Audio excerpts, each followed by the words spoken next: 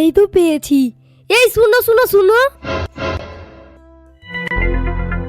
তুমি আমাদের স্কুলে পড়ো তো? কোন স্কুল? আরে আমাদের নিমতিতা স্কুল। হ্যাঁ পড়ি। কি হয়েছে? তাহলে তোমাদের বাড়ি কোনটা গো? আরে তুমি যাও তো, কেউ দেখে নিলে আমার বদনাম হয়ে যাবে। একটা খাতা আনতে তো এত সময় লাগে। আর এই ছেলেটাকে? মা আমি চিনি না, আমাদের স্কুলে পড়ে বলছে। তো তুই গল্প কেন করছিস? চল বাড়ি।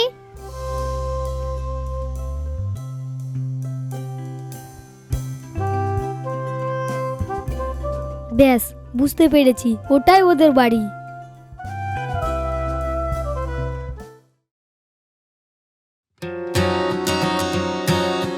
আমি স্কুল যাব, আমাকে স্কুলে পয়সা দিয়ে যাও। কালকে তুই স্কুল যাসনি, ওই পয়সাটা কি করেছিস? স্কুল যাওয়ার আগে তো পয়সা নিয়ে এলিস। পয়সা কি থাকবে নাকি? খরচা হয়ে গেছে। হ্যাঁ তো আজকে খালি পকেট যা স্কুল। মাউনের মা, এইদিকে আসো। কি হলো? আমি ওকে 20 টাকা দিচ্ছি, তুমি দায়িত্ব করে স্কুল পাঠাবা। আচ্ছা ঠিক আছে।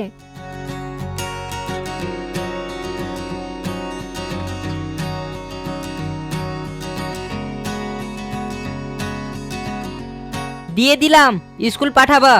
আচ্ছা ঠিক আছে। তোর জন্য আমাকে কথা শুনতে হচ্ছে। যা স্কুলের জন্য রেডি হয়ে নে। আর এখন কথা শুনতে হবে না, এখন আমি প্রত্যেকদিন স্কুল চলে যাব।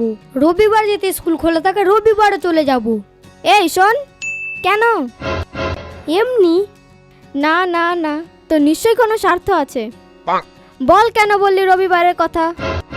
মা এমনি বলছি, স্কুল যেতে এখন ভালো লাগছে তাই। শোন, তোকে বড় করার স্বপ্ন দেখছি আমরা, আর তুই অন্য কিছুর মতলব খুঁজিস না। চল স্কুল যাওয়ার জন্য রেডি হ। আমরা গরিব, আমাদেরকে হিসাব করে চলতে হবে। একটু বদনাম হলে তোর বিয়ে দিতে পারবো না রে বেটি।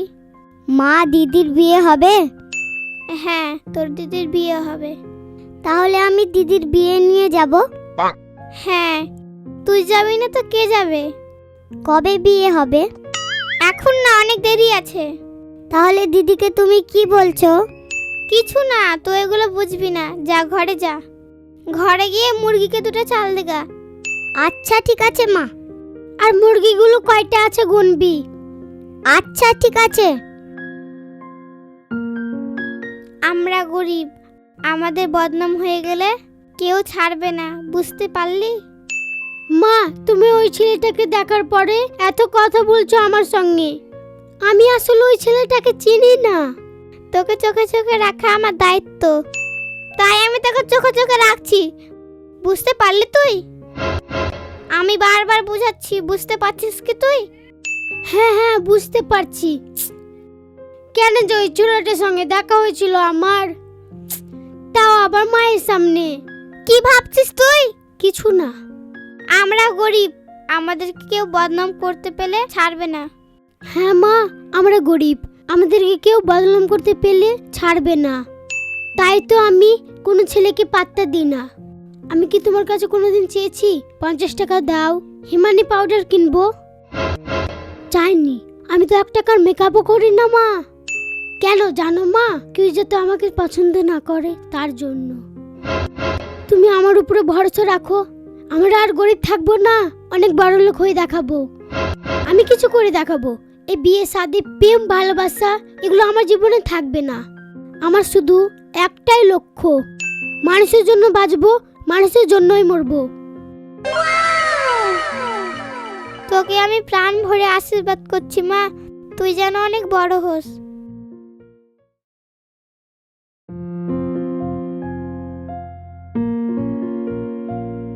তোর নাম জেনে নিয়েছি, তোর নাম নাইরা। ভালো করেছিস। পড়াশোনা করে বড় হ, আমার পিছনে ঘুরিস না। চল ভাগ।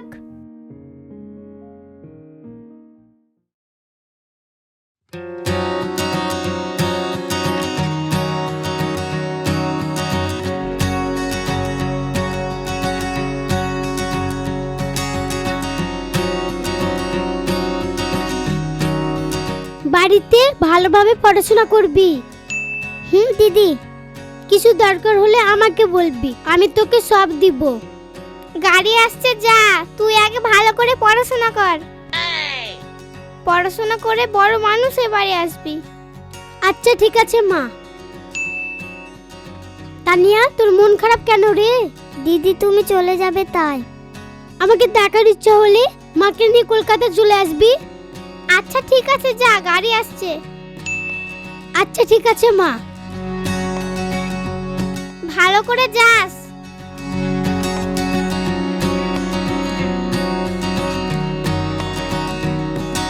চল তানিয়া।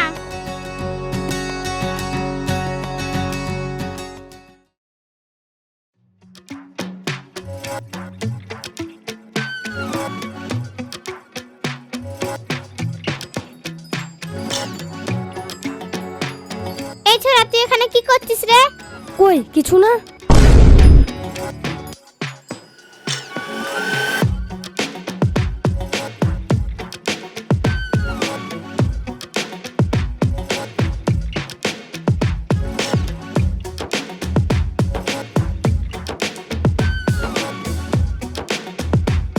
এই ছুড়া, কি দেখছিস? ওই গাছটায় পাখি আছে, দেখছি। স্কুল যাওয়ার নাম নেই আর পাখি দেখা হচ্ছে। চল বাড়ি চল, চল।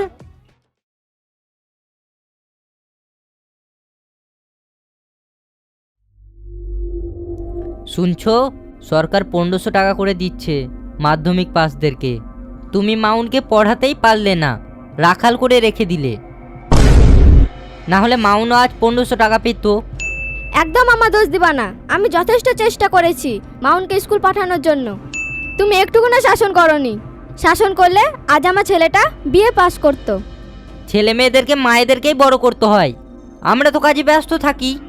তাহলে যাও আর বলতে এসো না 1500 টাকার কথা। আর বাজার গেলে আলু নিয়ে আসবা, বাড়িতে আলু নেই।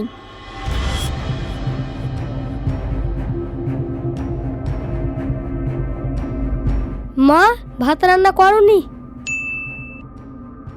এখন ভাতই চাপাওনি? বাড়ি এসে খালি খাওয়া ধান্দা নাকি? ঘড়ি দেখেছিস কটা বাজে? দুপুর হয়ে গেছে। আজকে একটু দেরিতে রান্না হবে, বিছানা ঠিক করছিলাম। প্রতিদিন কি একই টাইমে রান্না হবে নাকি? তাড়াতাড়ি রান্না করো, খিদা লেগে গেছে। জীবনে তো কিছু করতে পারলি না। মাধ্যমিক পাস করলে তাও 1500 টাকা করে পেতিস। চলে আসছে খালি খাওয়ার ধান্দায়। মাধ্যমিক পাস করলে তাও 1500 টাকা পেত।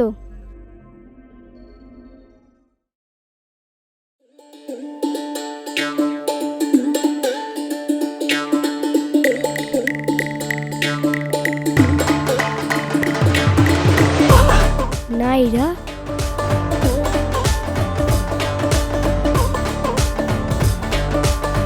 নাইরা, কে রে তুই? আরে আমি মাউন, চিনতে পারছিস না? তুই বিয়ে করেছিস? আমি তো তোর অপেক্ষায় আছি। হোয়াট? এটা আমার বডিগার্ড। গ্রামের মানুষ কিচ্ছু বোঝে না।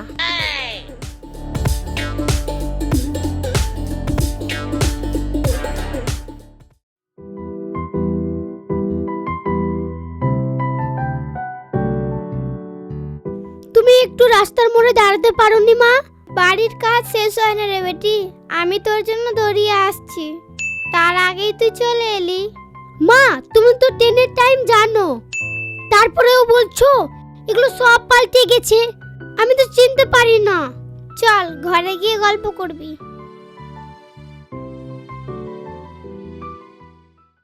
নিজের চেষ্টায় কষ্ট করে পড়াশোনা করে আজ সফল হয়ে গেল, আর আমি বেকার থেকে গেলাম। পড়াশোনাকে কোনোদিন গুরুত্বই দিইনি, না হলে আমিও আজ বড় মানুষ হতাম।